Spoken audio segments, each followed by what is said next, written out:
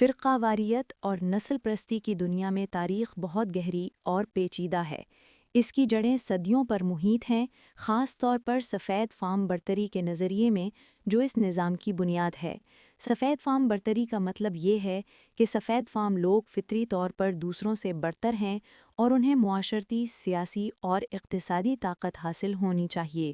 یہ نظریہ نہ صرف ذاتی تعصب بلکہ ایک منظم نظام ہے جو قوانین، اداروں اور معاشرتی رسم و رواج میں رچا بسا ہے تاکہ سفید فاموں کو فوقیت دی جائے۔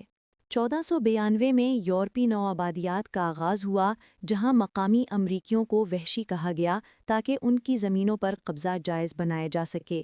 1619 میں ورجینیا میں پہلے افریقی غلام آئے اور غلامی کا نسلی نظام قائم ہوا۔ 1705 میں ورجینیا کے غلام قوانین نے سیاہ فام لوگوں کو قانونی طور پر جائیداد قرار دیا۔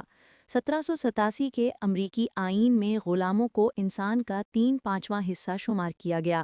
1790 کے نیچرلائزیشن قانون نے شہریت کا حق صرف سفید فام افراد تک محدود رکھا۔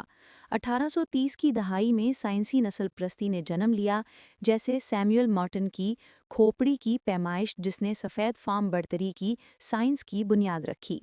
1836 سے 1845 تک ٹیکسس نے غلامی کو بچانے کے لیے میکسیکو کے خلاف جنگ لڑی اور 1857 میں ڈریڈ اسکاٹ کے فیصلے نے واضح کر دیا کہ سیاہ فام افراد امریکی شہریت کے اہل نہیں۔ 1865 سے 1877 کے دوران خانہ جنگی کے بعد بلیک کوڈز اور جم کرو قوانین نافذ کیے گئے جو نسل پر مبنی تفریق کو قانونی شکل دیتے تھے۔ 1873 میں کولفیکس قتل عام میں 100 سے زائد سیاہ فام افراد کو ووٹ کے حق کے لیے قتل کیا گیا۔ 1882 میں چینیوں کی امیگریشن پر پابندی لگائی گئی اور 1896 میں پلیسی بمقابلہ فرگسن کیس نے علیحدہ مگر برابر کا اصول قائم کیا جو نسلی تفریق کو قانونی تحفظ دیتا تھا۔ 20ویں صدی کے آغاز میں 1915 کی film birth of a nation نے کوککس کلان کو دوبارہ زندہ کیا اور صدر ولسن نے اسے وائٹ ہاؤس میں دکھایا۔ 1919 کے ریڈ سمر میں 26 شہروں میں سفید فام ہجوم نے سیاہ فام بستیوں پر حملے کیے۔ 1921 میں تلسا نسل کشی نے بلیک وال سٹریٹ کو تباہ کر دیا۔ 1924 کے امیگریشن قانون نے عربوں، ایشیائیوں اور یہودیوں کی ہجرت پر پابندی لگائی۔ 1934 میں فیڈرل ہاؤسنگ ایڈمنسٹریشن نے سیاہ فام علاقوں کو ریڈ لائن کر دیا جس سے انہیں رہائشی قرضے نہیں ملے۔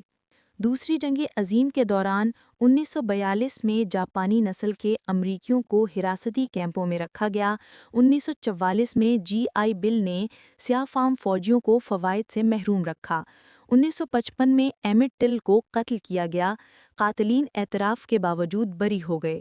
1963 میں برمنگھم چرچ بم دھماکے میں 4 سیاہ فام لڑکیاں ہلاک ہوئیں۔ 1965 میں بلڈی سنڈے کے واقعے کے بعد ووٹنگ رائٹس ایکٹ منظور ہوا۔ 1968 میں مارٹن لوتھر کنگ کے قتل کے بعد فیئر ہاؤسنگ ایکٹ نافذ ہوا۔ 1971 میں نکسن کے مشیر نے تسلیم کیا کہ منشیات کے خلاف جنگ کا اصل ہدف سیاہ فام کارکن تھے۔ 1985 میں فیلاڈیلفیا پولیس نے موو گروپ کے محلے پر بم گرایا۔ 1986 کے انسداد منشیات قانون نے کریک اور پاؤڈر کوکین کے لیے ناانصافی سزائیں مقرر کیں۔ 1992 میں راڈنی کنگ پر پولیس تشدد کے خلاف احتجاج اور لاس اینجلس فسادات ہوئے۔ 1994 میں کرائم بل نے جیلوں میں سیاہ فام آبادی کو بڑھایا۔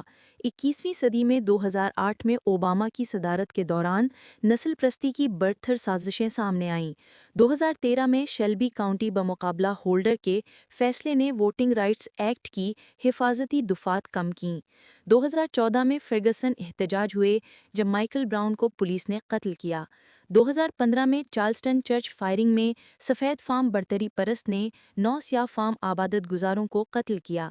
2017 میں شارلٹس ول کی ریلی میں یہودی ہمیں بدل نہیں سکتے کے نعرے لگے۔ 2020 میں جارج فلائیڈ کے قتل کے خلاف مظاہرے ہوئے اور FBI نے پولیس میں سفید فاشسٹ عناصر کی موجودگی پر وارننگ دی۔ 2021 میں کئی ریاستوں نے کرٹیکل ریس تھیوری پر پابندیاں لگائیں جو نسلی تعلیمی مواد کو نشانہ بناتی تھیں۔ 2022 میں بفلو سپر مارکیٹ میں سفید فام برتری پرست نے 10 سیاہ فام افراد کو قتل کیا۔ 2023 میں الاباما نے سپریم کورٹ کے فیصلے کو نظر انداز کرتے ہوئے سیاہ فام ووٹرز کے حقوق کی خلاف ورزی کی۔ یہ تمام واقعات، پالیسیاں اور نظام سفید فام برتری کے اس فلسفے کو ظاہر کرتے ہیں جو نسل پرستی کو نظام کا حصہ بناتے ہیں۔